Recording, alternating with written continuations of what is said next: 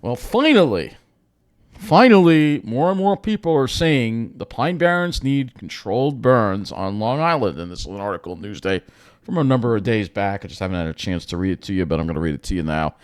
It says, after Long Island wildfires, Pine Barrens need controlled burns.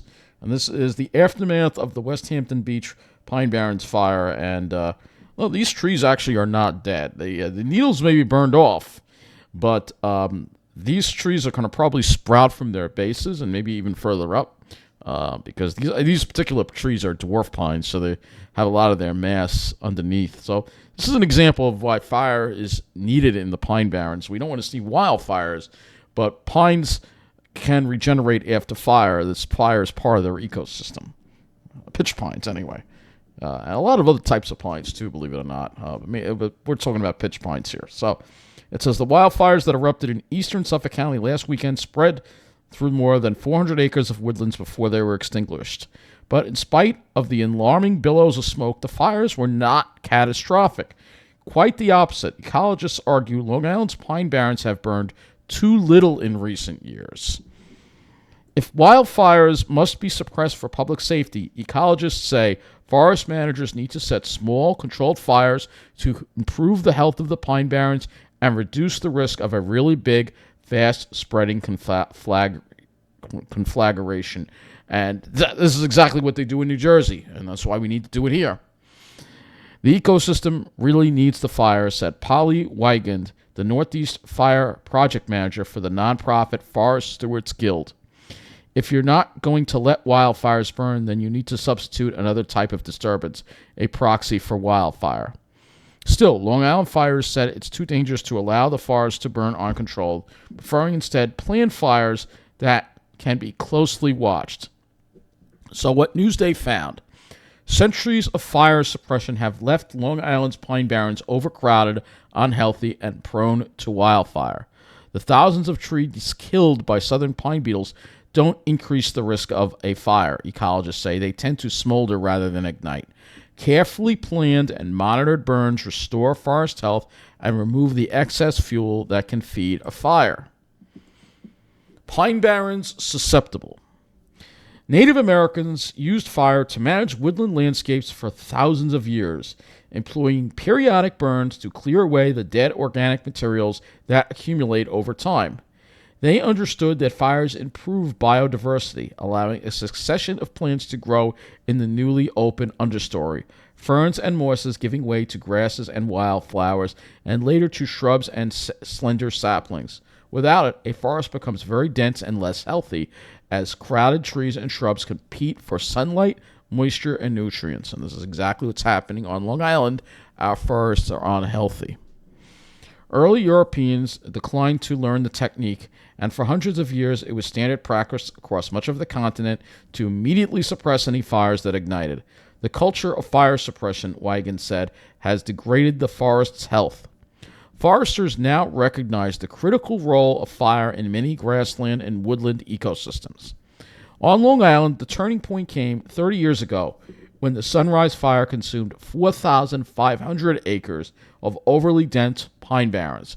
Afterward, the State Department of Environmental Conservation started a program of prescribed burns to maintain forest health. The practice is particularly important for the pine barrens, an ecosystem that has evolved to withstand and even depend on wildfires. Pitch pine cones are coated in thick resin, which melts away under scalding temperatures, allowing seeds to be released. The absence of fire for many years has made the pine barrens more susceptible to pests, including the deadly southern pine beetle. This is exactly what I've been saying. This is such a great article. In the barrens, typically sandy, nutrient-poor soil, crowded trees are less robust and produce less pitch, which is the pine's only defense against burrowing insects. The crowding also helps infestations spread more effectively. Female pine beetles emit pheromones that attract others, but if trees are widely spaced, some of those messages will be diluted by the wind, and the beetles will veer off course. In an overstocked forest, there is a better chance the message is received, leading to reinforcements to the target tree. But the large number of dead standing trees killed by the southern pine beetle in the past decade hasn't increased the risk of fire, according to forestry experts. What drives fire is the small fuels, the needles. DEC Supervising Forester John Warnett said at an East Hampton Town Board work session on Tuesday. Large, dead standing trees really don't drive the fire. There are 1-hour fuels, like pine needles and twigs, that ignite and spread flames rapidly, and 10-hour fuels, such as a brush that takes a little longer to ignite. Dead trees are 1,000-hour fuels. It will just smolder. It doesn't burn. Last weekend's fire, this is something News 12 tried to say, it was the Southern Pine Beetle, but this is not. News 12, once again, has done one thing I will say about News 12, they've done a lousy job covering Pine Barrens environmental issues. It's shameful. It really is. Last weekend's fires broke out in a rare ecosystem of dwarf pitch pines, a variety that grows no more than about 20 feet high and is found only in a few other places besides Long Island. Southern pine beetles don't generally attack the dwarfs, as they prefer larger specimens. But when fires erupt among dwarf pines, their diminutive stature can help fire spread. Flames can reach into low branches and climb into the crown and then leap to surrounding trees. The West Hampton fires were extinguished before that became a significant hazard. To the extent the pine beetle has increased fire risk, it's an indirect effect. Kathy Schwager, an ecologist at the Brookhaven National Laboratory, told Newsday in January, when trees die and drop their needles, the open spaces and light can encourage a profusion of growth in the understory. That growth, especially if there's a drought, can become fodder for wildfires. Suffolk fire. Vigorous fights to continue. Firefighters will continue to vigorously fight accidental wildfires, even in the region's least dense areas. It's not practical to let them burn. We wouldn't allow that, Rudy Sunderman, the fire coordinator of Suffolk County, said in a phone interview. It's not safe for the community. But, he said, we always support the prescribed burns because there's a plan in place when to do it and how to do it. And this is kind of the example here of this next part of the article I'm going to get to, where shows how much of the Pine Barrens we've lost, and a big problem compared to New Jersey. Their Pine Barrens in New Jersey is 1.1 million acres. Ours is only 105,000 acres. So it says Long Island's Pine Barrens cover 105,000 acres, a small remnant of a forest that once extended over 250,000 acres. And again, New Jersey has preserved the majority of their Pine Barrens. They weren't lost. Ours were. But still, a very large landscape to manage with controlled burns, they say. And here's the excuse that they make. Obviously, New Jersey knows how to manage it, and we have a much smaller area, so we should be able to do it. The DEC concentrates its efforts on the wildland-urban interface where forests border residential neighborhoods, such as the Rocky Point Pine Barren State Forest. The agency staff started work there in 2022, is still clearing dense understory vegetation, and will begin marking trees for removal soon, DEC Forester Rob Kell said in a statement. Once dead vegetation is cleared and trees removed, then they do a prescribed fire to maintain the open barrens. So they're thinning the trees because they're too close together. And that also, again, we talked about that in another video, that New Jersey, you notice that their Pine Barrens, the trees aren't so close together. I can actually point that out to you right now. Yeah, I had to pause the video to point this out to you, but I wanted to point this out to you. So this is New Jersey. All right. You notice the trees are pretty far apart. They're about maybe decent distance apart from each other. All right. Another picture of New Jersey here. You can see how far. Again, this is Jake's Branch Park. And then we look at Bohemia County Park, which is where I was at today. You notice the trees are much closer together. There's still decent, a little more of a distance here, but they're kind of too close. And so the issue is this makes the Southern Pine Beetle spread. So they have to take out some of the weaker looking trees and keep the stronger ones there. And then have a controlled burn to restore the fire. And I think that's a good strategy moving forward, because we have to make our forests look more like this and a little less like this. All right, now it's beautiful, but the trees are too crowded together. And the problem is, you notice that the pines here in this dense area only have needles on the top, and the bottoms don't even have needles. That's not good. Whereas you look at Jersey, they have needles mostly throughout. So here's another picture. Again, you see how much healthier this looks. All right. So let's get back to the article. It says, In the David A. Sarnoff Pine Barrens State Forest in Riverhead, the DEC has already thinned more than 500 acres and has conducted prescribed burns on 50 acres.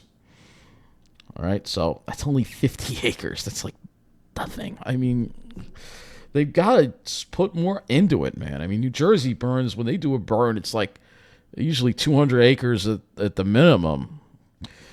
Suffolk County Parks Department has been thinning in areas affected by the pine beetles, and fires have been applied in other state and town-owned lands as well. So they're starting to get it, but they're moving just so slow. The burns have to be carefully planned before torches are brought in. Crews break up a large area into a series of smaller burn units that could be monitored, said Tim Burns, a DEC forest ranger captain. And the landscape has to be prepared to make sure the fuel is burning in a safe and controlled manner. Wiegand said taller shrubs are cut and masticated so the fire can't use them as a ladder to climb into the tree canopy. The conditions for a burn have to be just right, not too wet or it won't work, but not too dry or windy. Crews remain close by to manage the flames. We don't just light it and let it go, Burns said.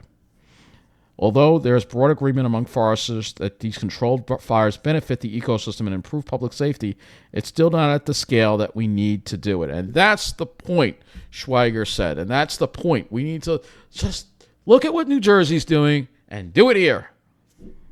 In the wake of the West Hampton fire, Schweiger elaborated, prescribed fire is inherently risky. There are people who are concerned that the fire might escape, which she said has occasionally happened, so outreach and education are necessary parts of a prescribed fire effort. The larger problem, though, Schweiger said, is forest management just isn't a priority, or it hasn't been. And so this is the kind of stuff that I've been talking about, and this is the problem with New York State. It's obviously the responsibility of the state to handle this, because the state is generally the one that handles these things, and there's such little amount of money that's being put into managing Long Island's forests when you compare it to how New Jersey manages the Pine Barrens and, say, Ocean County, is a big difference. And you see that, the effect of the big difference right here. You see that, you go from that, you have this, which, again, looks fairly healthy, and then you have this, which is overcrowded. And that's the problem that we have. So you can see it's overcrowded, and you can see that these pines have some brown spots on them as well. And you don't see that in Jersey. So this is the difference that we have. So, and this is Jake's Branch Park here. So you can see how much different their ecosystem looks compared to ours. It's a huge, huge difference. And again, this is what it looks like. You can see there is not a lot of brush here. You do have some pine barrens, heather, pitch pines, of course, and some smaller oaks here and there, mostly blackjack, but it's mostly all pines. You don't have any oaks, and you don't have all this crowding going on. So you can see how it's much more open looking and healthier, and that is the difference that you have in New Jersey versus Long Island, where we have this overcrowding problem. So great article from Newsday. This is exactly exactly why the Pine Barrens need fire to survive. It is part of their ecosystem. Before modern man, we had lightning strikes that usually set these fires. And definitely I think we had more lightning in our thunderstorms many, many years ago, I think, believe it or not. I know it sounds crazy, but in some ways, the lightning was just different. The thunderstorms tended to be drier, and that helped start these fires in a natural way. You also had the Native Americans, but the Pine Barrens have always had fire. It's key. It's part of their ecosystem. So New Jersey gets it, and maybe New York and Long Island is starting to get it. But the problem is the governor and the people that run the state aren't putting the money into it like they need to. We need to be burning not 150 acres. We need to be burning 500 acres, all right? And we need to be doing this in a more aggressive manner than what we're doing, because those beetles are continuing to spread and cause devastation. And we've seen the kind of devastation they cause, and it's heartbreaking. And I'd like to see Long Island keep its pine barrens. But again, seeing what's happening is yet another reason why, that may be the biggest part of the plan for me. Once the pine barrens go away and die off here on Long Island, then there really is no reason to live here anymore. I will happily go to New Jersey as it is. I'm kind of looking forward to leaving Long Island when that day comes. In some way, I don't know when it's going to happen, but it's going to come eventually. because I don't think the state's moving fast enough. Great article, but we still don't see the urgency from the governor. And that is the problem right there. Whereas New Jersey, just do what New Jersey's doing. I think New Jersey would offer help, honestly, if we asked them. But, you're dealing with Kathy Hochul. She's a lousy governor. So anyway, thank you for watching, and take care.